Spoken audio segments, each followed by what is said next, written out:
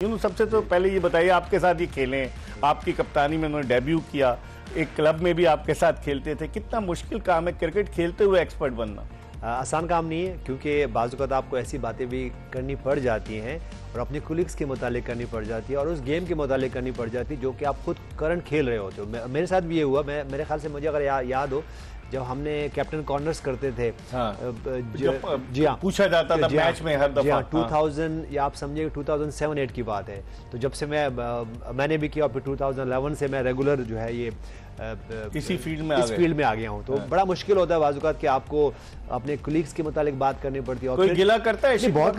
बहुत करते हैं, लेकिन आपको अपनी ऑनेस्ट ओपिनियन देनी होती है। जब आप यहाँ इस कुर्सी पे बैठे होते हो, तो आपने अपनी ग्रजेस को छोड़ के, अपने पर्सनल वेंडेटा को छोड़ के, आपको जो लोग आपको देख रहे होते हैं उनको आपने सही ट्रीट करना होता है, उनको सही इन्फॉर्मेशन देनी होती है। तो मुश्किल काम होता है और मुझे लगता है कि खुर्रम भी यहाँ मुश्किलात में होंगे इस वक्त, क्योंकि क्रिकेट खेल रहे हैं। आज पहला सवाल ही इनसे मुश्किल वाला बाबर आजम की कप्तानी कैसी रही आज? मुझे तो बिल्कुल बुझे नजर आया। 7 बैट्समैनों के साथ मैदान में उतरे, खुद वो 0 पर आउट हो गए और टीम भी बड़ी अंडर प्रेशर। और पेशावर ज़ल्मी की टीम को रात को जावेद आफरीदी ने बकरे खिलाए, उन्होंने जो है वो बाकायदा चावल और बकरे और पता नहीं क्या क्या वीडियो भी उन्होंने अपलोड की और बाबर आजम की प्लेट में वो खुद डाल रहे थे। लेकिन आज क्या हो गया पेशावर ज़ल्मी? बकरे खा गए इनको क्या? नहीं, देखें, ऑन सीरियस नोट है कि उनका एक तरीक़ाकार है जावेद भाई का, खाना और बड़ी मेहमान नवाजी, ये उनका कल्चर है और बड़ा अच्छी चीज़ है। और एज ए ऑनर आप अगर इस तरह गुल मिलते हैं तो प्लेयर का कंफर्ट जोन बढ़ता है। यूनुस ये डिप्लोमेटिक जवाब नहीं, ये ऑनेस्टली उनकी फ्रेंचाइज में रहे, उनसे पूछे। हाँ, तुम तो 3 दफा रहे हो। और दूसरी बात ये है, अब आ जाए हम बाबर की कप्तानी में। ऑनेस्टली बात की जाए ना, इनकी कप्तानी को जो झटका लगा है ना, वो लगा है जब ड्राफ्ट शुरू हुआ।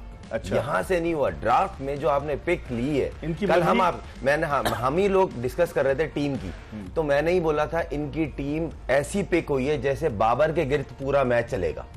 और यही आज भी बॉलिंग भी देख ले।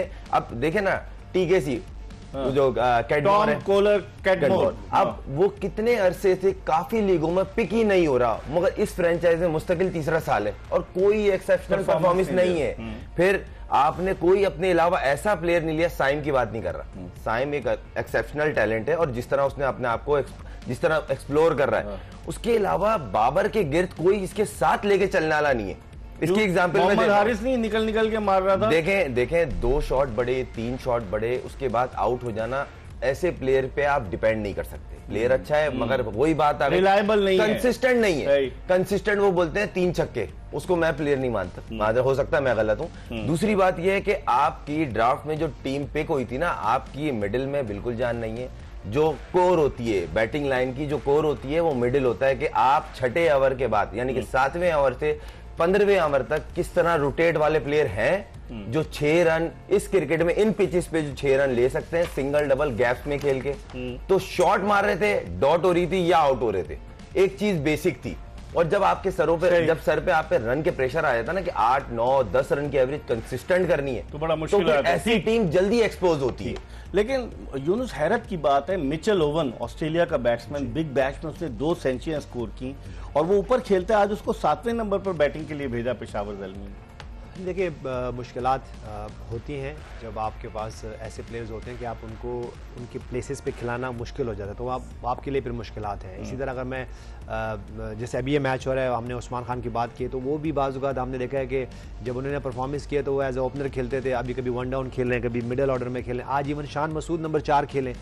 तो देखिए, ये जो शफलिंग होती है ये बहुत ज़्यादा आपके लिए मुश्किलात खड़ी करती हैं। मैं देखिए, अगर मैं पहले मैच की बात करूँ तो जिस तरह टॉस जीत के बॉलिंग करना, देखिए रात में बॉलिंग करना, दिन में बॉलिंग का फर्क है। आपको देखो, आपको अपने आप को, मैं ये नहीं कह रहा हूँ कि ज्यादातर, देखिए यही एक पैटर्न चल रहा है कि आप टॉस जीतते हो। जैसे हमने बारहा ये बात कर रहे हैं कि आप टॉस जीत के, ठीक है, आप चेस तो करो, लेकिन आपके पास वो पावर भी होनी चाहिए चेस करने के लिए।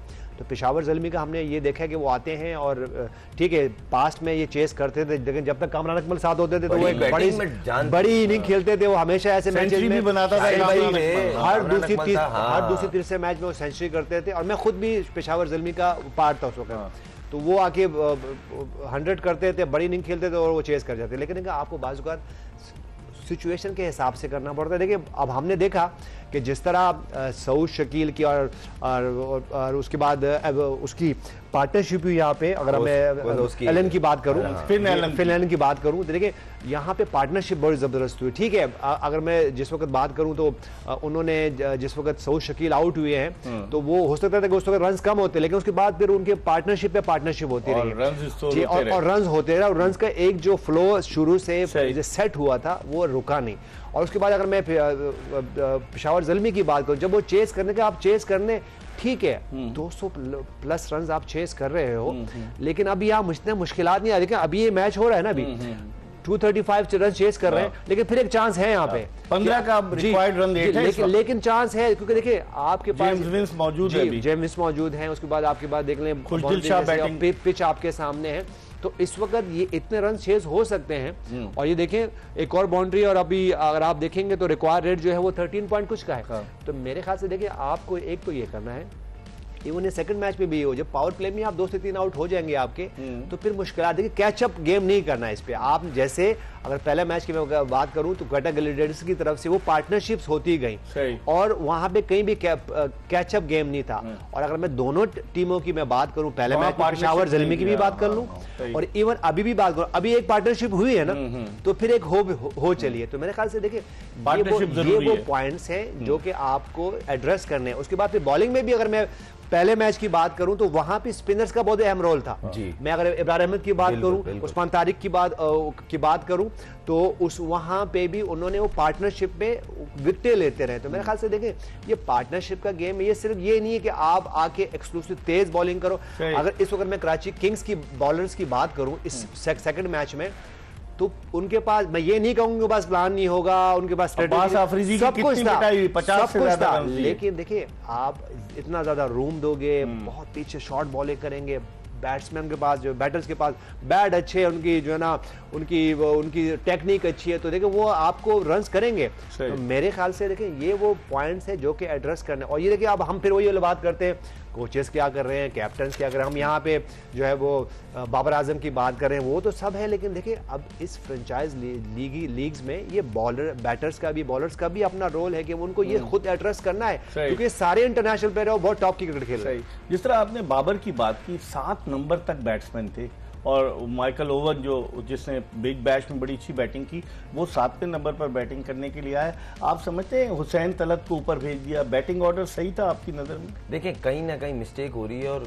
कंसिस्टेंट मिस्टेक हो रही है पिछले 2-3 साल से। ड्राफ्ट की पिक, फिर आपका जो कॉम्बिनेशन है वो बिल्कुल मैच नहीं कर रहा।